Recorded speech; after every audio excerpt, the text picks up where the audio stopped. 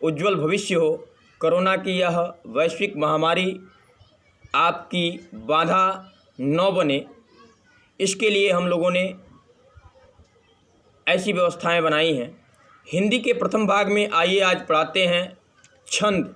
छंद होता क्या है? बड़े बड़े कंपटीशन एग्ज़ामों में पूछ देता है छंद उठा के, और बच्चे जब तैयारी नहीं सही से कर पाते हैं तो उसे कर नहीं पाते हैं। आइए, छंद क्या होता है? छंद दो प्रकार के होते हैं। पहला मात्रिक छंद होता है और दूसरा वर्णिक छंद होता है। मात्रिक छंद का मतलब ये होता है कि जिसको मात्राओं के द्वारा गिना जाए, मात्राओं के द्वारा उसको स्पष्ट किया जाए। और वर्णिक वो होता है, साधारणतया वर्णिक का अर्थ ही होता है वर्णों के द्वारा, वर्णों से जिसकी गिनती की जाए, वर्णों के द्वारा जिसकी पहचान की जाए, वह होता है वर्णिक छंद। मात्रिक छंद को जानने के बड़े सरल उपाय हैं। आज हिंदी के प्रथम भाग में आपको मात्रिक छंद की जानकारी दी जाएगी। मात्रिक छंद की गिनती गणों के आधार पर होता है। गण का अर्थ होता है गणना, गिनती, और इसी के माध्यम से हिंदी में हम मात्रिक छंदों की पहचान करते हैं। और ये गण होता क्या है, आइए आप सभी विद्यार्थियों को बताते हैं। गण का मतलब होता है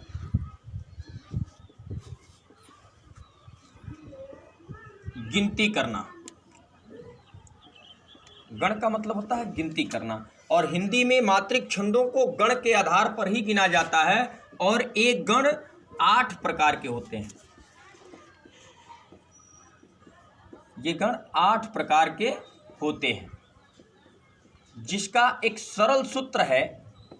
इसके माध्यम से हम 8 गणों की गिनती कर लेंगे। यमाता राज भान सलगा, यमाता राज भान सलगा। अगर बच्चों को इतना ही तैयार हो, यमाता राज भान सलगा, तो हम निश्चित ही 8 प्रकार के गण को निकाल लेंगे। इसको निकालने के तरीके होते हैं, य से 3 अक्षर लिख लेते हैं, यमाता। फिर दूसरे माँ से 3 अक्षर लिख लेते हैं, माँ तारा। फिर तीसरे से ताराज। फिर चौथे से राजभा। फिर 5वें से जभान। फिर 6वें से भानस। फिर 7वें से नसल, और फिर 8वें से सलगा। ऐसे 8 गण हम निकाल लेते हैं। 8 प्रकार के गण निकल गए।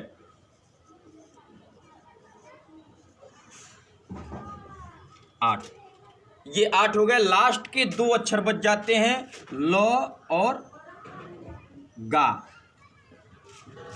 तो जैसे 3-3 अक्षर हमको लिखना है और लास्ट में 2 अक्षर बच जाता है, तो इसको शेष छोड़ दिया जाता है, क्योंकि हमें लिखना 3 अक्षर है और 2 अक्षर बच जाता है, इसीलिए इसको शेष छोड़ दिया जाता है। हिंदी साहित्य के कवियों ने इसको शेष न छोड़ते हुए ल को लघु नाम दे दिया और गा को गुरु नाम दे दिया, और मात्रिक छंदों की गिनती में इसकी पहचान ऐसे बना दिया और इसकी पहचान यश बना दिया।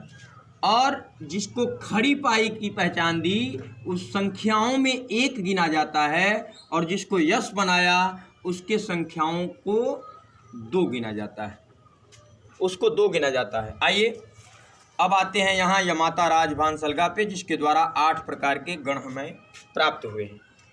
अब ये लगते कहाँ हैं, लघु गुरु लगते कहाँ हैं, इसका ज्ञान करेंगे। लघु प्रायः छोटे मात्राओं पे लगते हैं, लघु प्रायः छोटे मात्राओं पे लगते हैं, और गुरु प्रायः बड़े मात्राओं पे लगते हैं। जैसे अ का जहाँ मात्रा होता है वहाँ लघु लगता है, और आ का मात्रा जहाँ होता है वहाँ गुरु लगता है। ऐसे ही छोटी की मात्रा जहाँ होती है वहाँ लघु लगती है, और बड़ी ई की मात्रा जहाँ होती है वहाँ गुरु का प्रयोग होता है। अब यहाँ देखेंगे मात्रा कैसे निकलता है। यमाता में यो में अ का मात्रा है तो लघु रहेगा, मो में आ का मात्रा है तो गुरु रहेगा, तो में भी आ का मात्रा है तो गुरु रहेगा। मातारा में भी माँ में गुरु रहेगा, ता में भी गुरु रहेगा, रा में भी गुरु रहेगा। ऐसे 8 का मात्रा निकाल लेते हैं।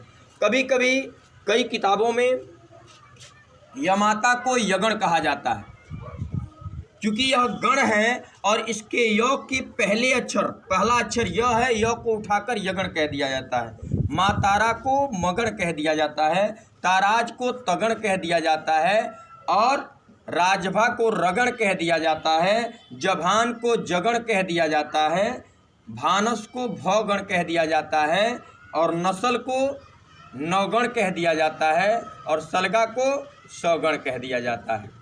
तो इसमें थोड़ा सा बच्चे दिक्कत में आ जाते हैं कि हमें मात्राओं को कैसे लिखना है। जैसे यमाता का मात्रक सूत्र होता है लघु गुरु गुरु, और वहीं आपको यगण अगर पूछ दे कि यगण का मात्रक सूत्र कितना होता है तो विद्यार्थी यहीं डिस्टर्ब हो जाते हैं और बता नहीं पाते हैं, लघु लघु लघु करके छोड़ देते हैं। तो ऐसा नहीं होना चाहिए। यगण का अगर पूछता है तो सबसे पहले हमें दिमाग में ये रखना है कि य से कौन सा मात्रक सूत्र चालू हुआ है, अपने दिमाग में लाएंगे यमाता राजभान सलगा, और य को देखेंगे य से क्या चालू हुआ है, य से यमाता चालू हुआ है तो यमाता अपने दिमाग में लाएंगे और य को लघु लिख देंगे, माँ में आ